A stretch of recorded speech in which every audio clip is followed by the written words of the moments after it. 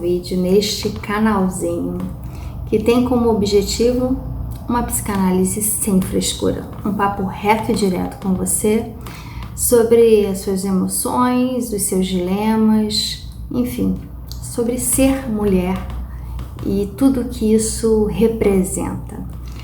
Se você caiu de paraquedas aqui, meu nome é Cláudia Dornelles, eu sou coach, psicanalista, escritora, mas o que importa mesmo é que eu compartilho com você aqui, nesse bate-canal, toda semana, as minhas impressões sobre as questões femininas e as suas diversas implicações. E como não podia ser diferente, vamos falar de relacionamentos afetivos, porque é o que muito me chegou como pergunta, especialmente no meio desta pandemia, ou seria um pandemônio. Bom, vamos lá.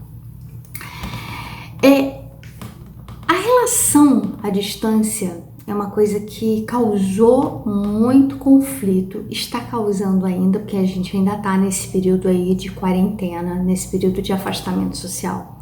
Causou muito conflito e eu recebi, até foi um pedido que eu fiz lá no meu grupo do Telegram, exclusivamente para mulheres.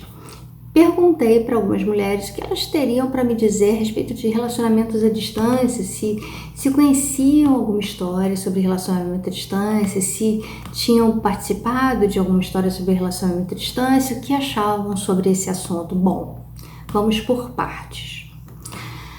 A primeira coisa que eu achei incrível é a quantidade de pessoas que terminaram seus relacionamentos que mal havia começado, mas também outras que tinham relacionamento de 4, 5, 8 anos e que, babau, casas separadas, não rolou.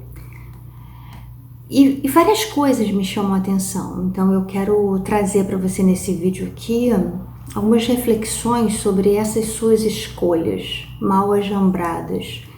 Relacionamento, à distância, escolhas afetivas. Vamos falar um pouco sobre isso, para que no final desse vídeo você possa fazer um apanhado de todas essas informações e aí refletir junto comigo a respeito disso tudo. Mas antes, é muito importante que eu te diga que deixar o seu joinha nesse vídeo faz toda a diferença, porque dá a compreensão aí para esse tal de seu algoritmo, esse cara aí que está comandando tudo e todos nas redes sociais, para que dê a devida importância a esse conteúdo, assim como, evidentemente, se inscrever. Nada mais justo do que você consumir um conteúdo com o qual você se compromete no melhor sentido da palavra, né? Você dá uma força para o canal para que ele se espalhe para mais mulheres. Vamos nós. Me chama a atenção a quantidade de relatos femininos que eu tenho sobre uma queixa que é recorrente, a falta de reciprocidade. E aí, eu que não sou boba nem nada, e que já li muitos livros desse autor, chamado Flávio Gicovati, que vai aparecer aqui para vocês, na minha concepção, um psiquiatra, um psicanalista, um dos maiores que a gente já teve, muito, muito relevante, morreu faz pouquíssimos anos. Fiz até uma homenagem para ele num dos meus livros aí, que eu lancei por último. E ele tem um livro que eu quero indicar para vocês, porque faz todo sentido e vai amplificar assim, a noção que vocês possam ter sobre relacionamentos. O nome do livro é O Mal, o Bem e o Mais Além. E ele fala sobre dois tipos de personalidades muito curiosas, os egoístas e os generosos. Então ele vai dizer, dentre muitas coisas maravilhosas que ele vai dizer, o Dr. Flávio Gicovati, ele vai dizer que o desequilíbrio nas relações afetivas se dá na maioria das vezes quando aquele que é generoso, né, ou seja, que ele vai dizer em princípio lá atrás, e aí é legal a gente, se puder, né, pessoal, aí da edição colocar aqui, que ele vai agrupar entre egoístas e entre generosos. Ele vai dizer que as relações amorosas se casam com esses opostos, os egoístas e os generosos, e que há entre esses aqui uma complementariedade. E aí, lá pelas tantas, a gente vai compreender que a relação que ele faz, e eu já estou trazendo aqui mastigado para você, mas te indico realmente, se você é uma pessoa como muitas que tem aqui, que me acompanham, não só aqui, mas no Instagram, enfim, em todos os lugares que eu estou, Facebook, lista de e-mail, etc e tal. Se você é uma pessoa que me acompanha, eu acredito que esse livro vai fazer diferença para você.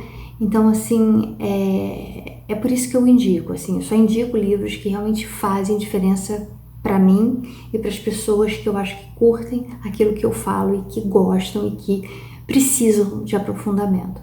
Então ele vai dizer o seguinte, que esses dois grupos que se complementam, os egoístas e os generosos, de repentemente pode haver uma dissociação, uma quebra, quando o generoso, que é aquele que dá muito, começa a exigir uma reciprocidade daquele que então é o que o Flávio Gikovati vai chamar de egoísta.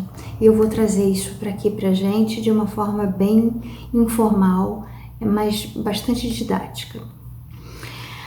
O que eu entendo na maioria dos relatos e o que eu percebo na minha vida como mulher, né, na minha vida como profissional que atende mulher e na minha própria experiência, porque eu acho que faz toda a diferença você também se colocar como parte de uma das pessoas com as quais você quer lidar e ter contato e quer falar sobre a sua experiência, e eu percebo isso claramente.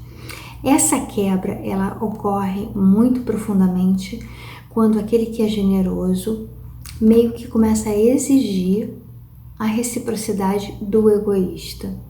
Então, se por um lado a gente tem inicialmente um super generoso, por outro lado a gente tem um egoísta. E aí eles se complementam porque o generoso gosta de dar afeto, gosta de servir ao amor, ao relacionamento, enfim, ele tem uma postura mais de servir, de se colocar à disposição, enquanto que o egoísta tem uma postura mais de ser o receptor, daquele que recebe. Então, enquanto um dá, o outro recebe. Até aí a coisa caminha muito bem, desde que não haja a cobrança da reciprocidade. E reciprocidade é uma palavra que eu tenho muito apreço, porque eu entendo todas as nossas relações, desde as mais formais do nosso trabalho até as mais amplificadas, com as pessoas que nos cuidaram, com os nossos cuidadores, com as pessoas que moram com a gente. Acho muito importante essa palavra reciprocidade. Reciprocidade, a meu sentir, é um lema de vida do ponto de vista ético. É aquilo que te move para continuar dando mais de si. Porque quando você se sente correspondido no seu afeto, na sua dedicação, você automaticamente tem mais motivação para agir daquela forma que agrada ao outro. Então, além de tudo, é uma puta sacada motivacional, emocional, né? O bicho começa a pegar quando aquele que é o generoso começa a achar que está dando muito e que precisa de uma reserva. É como se fosse uma conta corrente, que tivesse ali uma quantia e que saísse, jorrasse dinheiro todo dia.